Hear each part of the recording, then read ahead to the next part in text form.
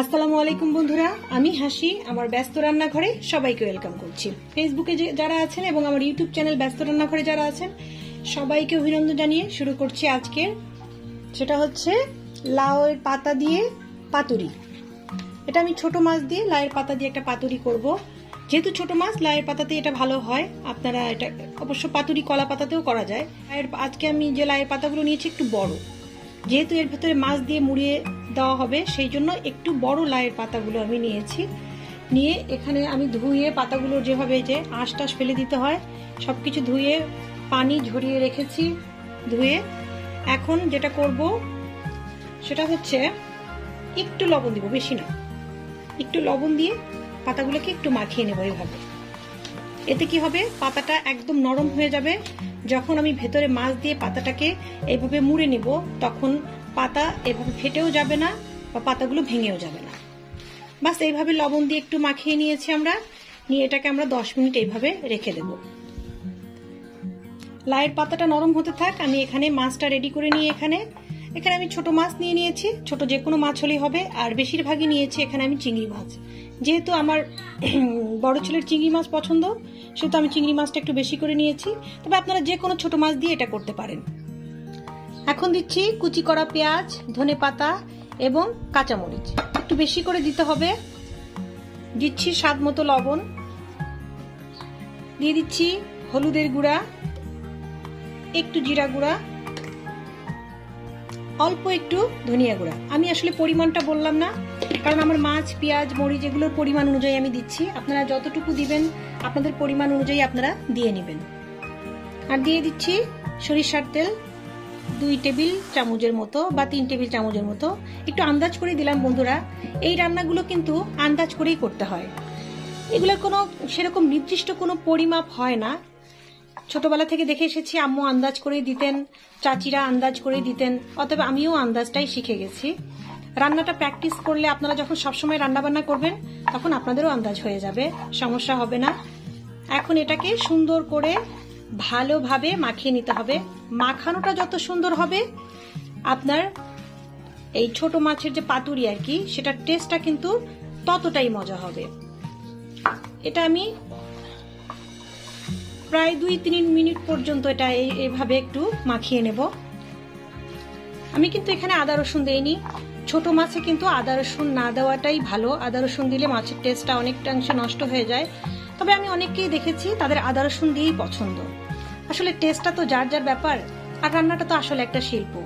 এখন আদা রসুন দিলে যে একদম হবেই না বা রান্না নষ্ট হয়ে যাবে তা কিন্তু নয়। তবে ছোট মাছে না দেওয়াই ভালো। তারপরেও যদি কারো আদা রসুন না দিলে সমস্যা হয় তারা দিয়ে নেবেন। আমার মাখানো কমপ্লিট।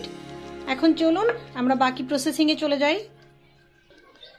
এখন আমি এই যে একটা লাউয়ের পাতা নিয়ে নিয়েছি। কেউ বলেন লাউয়ের পাতা, কেউ বলেন লাউয়ের পাতা। আসলে আমরা বাঙালি, হাজার ইচ্ছা করলেও কিন্তু একটু আঞ্চলিকতার টানটা কিন্তু মানে কি করব, পরিবর্তন করতে পারি না। সমস্যা নাই, বাঙালি চলবে। লাউয়ের পাতা বললেও চলবে, লাউয়ের পাতা বললেও চলবে। তো লাউয়ের পাতাটাতে আমরা যখন লবণ দিয়ে মাখিয়ে রেখেছি, দেখুন পাতাটা একদম সফট নরম হয়ে গেছে। এটা কিন্তু আর ভেঙে যাওয়া বা ছিঁড়ে যাওয়ার কোনো সম্ভাবনা নাই। এখন আমরা এর ভেতরে, আসলে এটা তো ছোট মাছের এক ধরনের তরকারি, এটা পানি দিয়ে চুলায় বসিয়ে দিলে হয়ে যেত ছোট মাছের চচ্চড়ি। পাতার ভেতরে দিচ্ছি দেখে এটা হয়ে যাবে পাতুরি। এখন পাতার পরিমাণ অনুযায়ী আপনি এটাকে নেবেন, কতটুকু আপনার পাতা এটা ফোল্ড করতে পারবেন সেই আন্দাজ করে আপনাকে পাতার ভেতরে পাতুরিটা ভরে দিতে হবে আর কি। মানে পাতুরি রান্না করার জন্য যতটুকু পাতায় আটে আর কি ততটুকু আমি এই যে আন্দাজ করে এতটুকু দিলাম। দিয়ে এখন কিছুই না, আপনি আপনার ইচ্ছা মতো যেভাবে আপনার খুশি আপনি ফোল্ড করে নেন। পাতা দেখুন একদম নরম হয়ে গেছে, নেতিয়ে গেছে। এখন আপনি আপনার খুশি মতো এটাকে ফোল্ড করতে পারবেন। এটা কি নির্দিষ্ট কোনো নিয়ম নাই যে আপনাকে এইভাবেই করতে হবে বা অমুক ভাবে ফোল্ড করতে হবে, ওইভাবেই দিতে হবে না। এই যে আমি এইভাবে ফোল্ড করে নিলাম। আপনারা ইচ্ছা করলে এটাকে টুথপিক দিয়েও আটকিয়ে নিতে পারেন, কিন্তু আমি আজকে সুতা ইউজ করব। এই যে এরকম যে কোনো সুতা হলেই হবে, এরকম সুতা হলেও হবে। জাস্ট এটা যেন খুলে না যায় সেই জন্য, আর অন্য কিছুই না। এই সুতা দিয়ে আমি এটাকে একটু এইভাবে এটাকে পেঁচিয়ে নেব, যাতে এটা যখন আমরা একটু হালকা তেলে ভাজবো তখন এটা যেন খুলে না আসে, শুধু এই জন্য, আর কিছুই না। এইভাবে আমি এটাকে এই যে মুড়িয়ে এখন এটাকে বেঁধে দেবো একটু। এই যে দেখুন ফ্রেন্ডস, এই যে বেঁধে দিয়েছি। এইভাবে আমি বাকিগুলো সব তৈরি করে নেব। আপনাদের সুবিধার্থে আমি আরেকটি দেখিয়ে দিচ্ছি। এখানে নিলাম, আপনার কাছে যদি পাতা মনে হয় যে একটা পাতা দিয়ে মোড়ালে আপনার ফেটে যেতে পারে বা কোনো কারণে তেলে যে জিনিসটা বের হয়ে আসতে পারে, তাহলে আপনি সমস্যা নেই, নিচে আরেকটি পাতা এভাবে দিয়ে তার উপরে আপনি কিন্তু এটাকে এভাবে রাখতে পারবেন। তাহলে আপনার আর এটা বের হয়ে যাওয়ার বা ফেটে যাওয়ার কোনো সম্ভাবনা থাকবে না। আমি এটাকে মুড়িয়ে দিচ্ছি। তো বন্ধুরা দেখুন, সবগুলো আমার হয়ে গেছে। এখানে আমার 1 2 3 4 5টা হয়েছে। তো চলুন এখন এগুলাকে আমরা ভেজে ফেলি। চুলায় কড়াই বসিয়ে দিয়েছি, দিয়ে দিচ্ছি সরিষার তেল। আপনারা চাইলে এটা সয়াবিন তেলেও করতে পারবেন। আমি কিন্তু অতিরিক্ত তেল দেইনি, এটা হালকা তেলেই আমি ভেজে নেব। অনেকে এটা ভাপেও করে থাকেন, কিন্তু আজকে আমি তেলে ভেজে করব। সবচাইতে গুরুত্বপূর্ণ কথা যেটা, সেটা হচ্ছে তেল কিন্তু অতিরিক্ত গরম করা যাবে না। এটা হালকা আছে, ধীরে ধীরে এটাকে ভাজতে হবে, যাতে ভেতরের মাছ পেঁয়াজ সবকিছু ঠিকঠাক মতো সিদ্ধ হয়ে যায়। আপনি খুব জোরে তেলের আমার ছাড়া দেখেই বুঝতে পারছেন যে বুদবুদি কত আস্তে আস্তে উঠছে। তার মানে আমার তেলটা এখন একদম মিডিয়াম গরম। আমি এরকম মিডিয়াম আঁচেই কিন্তু অনেকক্ষণ ধরে এটাকে উল্টে পাল্টে ভেজে নেব। কখনোই এটাকে বেশি আঁচে দেওয়া যাবে না, তাহলে কি হবে, পাতাটা বাইরে থেকে পুড়ে যাবে এবং ভেতরে কিন্তু তরকারি কাঁচা থেকে যাবে। তো দেখুন, খুবই হালকা আছে, ধীরে ধীরে এটাকে আমরা ভাজবো। একটু ঢেকে দেব। চুলার জালটা কিন্তু কখনোই বাড়িয়ে দেওয়া যাবে না, মিডিয়াম আছে, মিডিয়ামের চেয়ে কম কিন্তু এটাকে রাখতে হবে। এটাকে এখন আমরা 5 মিনিট পর আমরা আবার খুলে একটু দেখব কি অবস্থা হয়। 5-6 মিনিট পর আমি একটু এটাকে এখন উল্টে দেব। দেখুন, আপনারা দেখেই বুঝতে পারছেন চুলার আঁচ কিন্তু আমি বাড়াইনি, আর এই পাশটাও দেখুন পুড়ে যায়নি। তার মানে কত হালকা আছে আমি এটাকে করছি, কারণ ভেতরে মাছটা সিদ্ধ হতে হবে। পেঁয়াজগুলো আছে, পেঁয়াজ মরিচ মোটামুটি টুকটাক মশলা আমি যা দিয়েছি তার জন্য সুন্দর মতো হয়ে যায়, সেই জন্য। দেখুন ফ্রেন্ডস, অনেক সুন্দর লাগছে কিন্তু দেখতে, খেতেও অনেক মজা। লাউয়ের পাতা দিয়ে এটা করলে সুবিধা, সবচেয়ে বড় সুবিধা কি, আপনি কিন্তু এটা খোলার পরে এই পাতাটা এত মজা হয় খেতে, পাতাটা সহ আপনি এটা খেয়ে নিতে পারবেন। আবার একটু ঢেকে দিচ্ছি কয়েক মিনিটের জন্য। 6-7 মিনিট পর আবার একটু খুললাম, খুলে দেখি কি অবস্থা। এখন এটাকে আমি আবার একটু উল্টে দিই।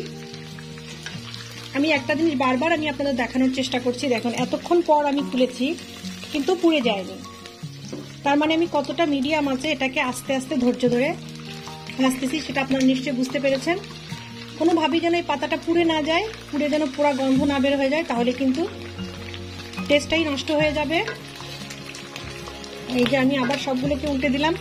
এখন আর এটাকে আমি ঢাকবো না, খুলে এখন উল্টে পাল্টে একটু এটাকে রান্না করে নেব। 3-4 মিনিট পর আমি আবার একটু উল্টে দিচ্ছি।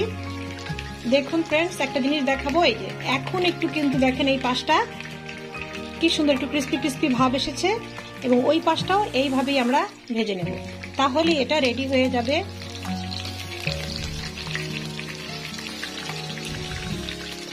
এই যে উল্টে দিয়েছে, এরকম হালকা একটু কালচে কালচে খয়েরি খয়েরি ভাব আসবে, পুড়ে ফেলা কিন্তু যাবে না।